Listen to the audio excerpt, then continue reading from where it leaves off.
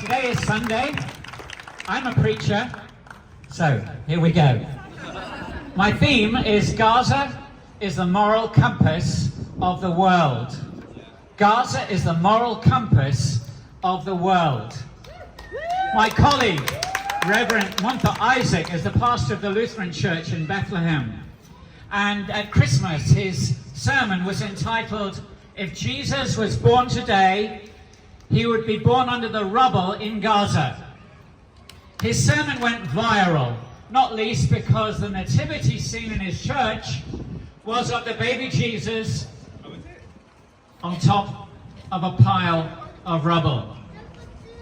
Today there are 17,500 pregnant women in Rafah alone, fleeing the bombing in Rafah alone. 17,500. If Jesus were born today, he would be born in Gaza. Montha's sermon strongly criticized our government, the United States government, and other governments who are complicit in the genocide in Gaza. Because silence is complicity. That's where the phrase came from. Montha said, Gaza is the moral compass of the world. And I want us to think about that for a moment. What is a compass? A compass always points to north. It's useful for a journey because it tells you the direction you're headed in. You've probably got one on your smartphone. You've almost certainly got one in your sat-nav, in your car. Losing our way can be very inconvenient. Like the man who got lost when the M25 was first built, who forgot and didn't know his turn-off, and he went all the way around the M25 searching for his junction. But losing your way can be far, far worse. It can cost you your life. If you're caught in a storm at sea, or in a blizzard on a mountainside, or flying through heavy cloud, losing your way is a matter of life and death. We need a compass. How does it work? Well, that magnetized needle, under the effect of the Earth's magnetic field, always points toward the north. Can anything compromise that compass? Interfere with it? Yes. A strong magnet will disturb the compass from pointing north. What then is a moral compass? We all have one. You're using it right now. It's called our conscience. That's why you're here.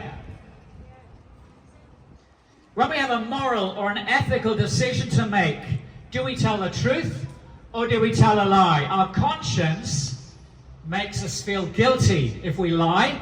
It gives us peace if we speak the truth. You don't need to be religious to know right from wrong. But it helps. It helps because the scriptures reveal God, what he expects of us.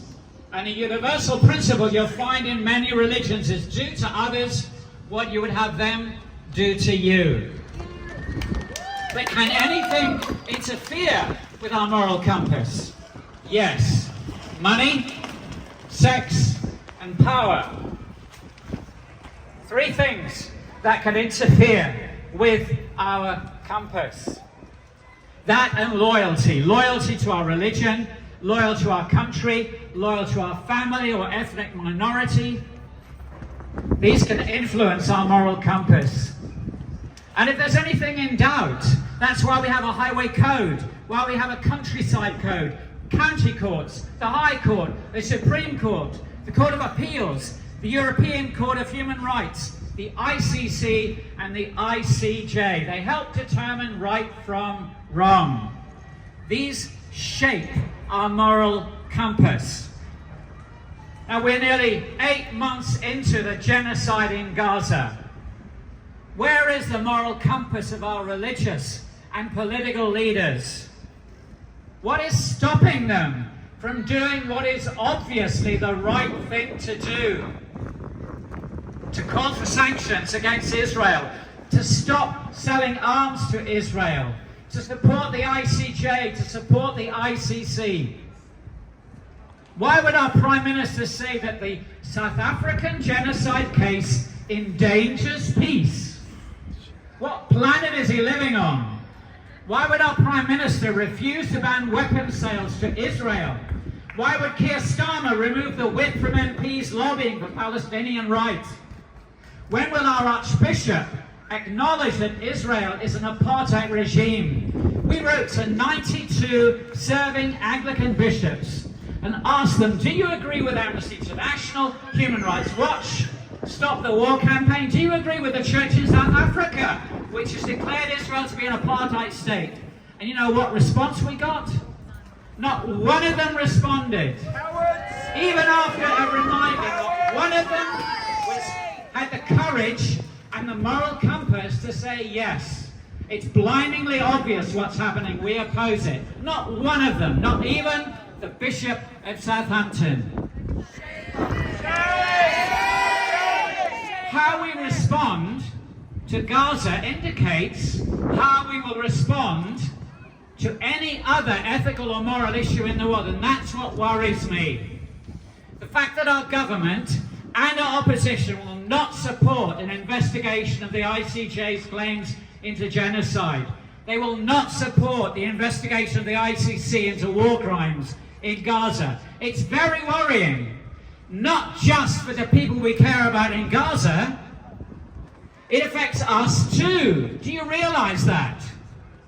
Every British citizen is under threat. Because if our government will not uphold international law with impartiality on Gaza, how can they appeal to international law when we get into trouble in other countries, when we are arrested, when we are imprisoned, when our human rights are denied? On what basis can they appeal to international law if they won't apply it impartially? Other government will say, if you don't, we won't. Our political and religious leaders are putting our lives at risk by not acknowledging the rule of international law. That's why Gaza is the moral compass of the world. So my question to the Prime Minister, Rishi Sunak, is where is your moral compass when hospitals in Gaza are bombed? To the Leader of the Opposition, Keir Starmer, where is your moral compass when the refugees' tents in Rafah are bombed? To the Archbishop Justin Welby, where is your moral compass when Israel bombs churches and mosques in Gaza? And to Chief Rabbi Ephraim Mervis, where is your moral compass when Israel is accused of genocide and war crimes? And the candidates standing in Southampton for election on the 4th of July, I say, where is your moral compass? It's your responsibility as citizens to interrogate them, to ask them, where is your moral compass on Gaza? Because if I can't trust you on Gaza, what else can I trust you on? Gaza is indeed the moral compass of the world. From the river to the sea, Gaza will be free.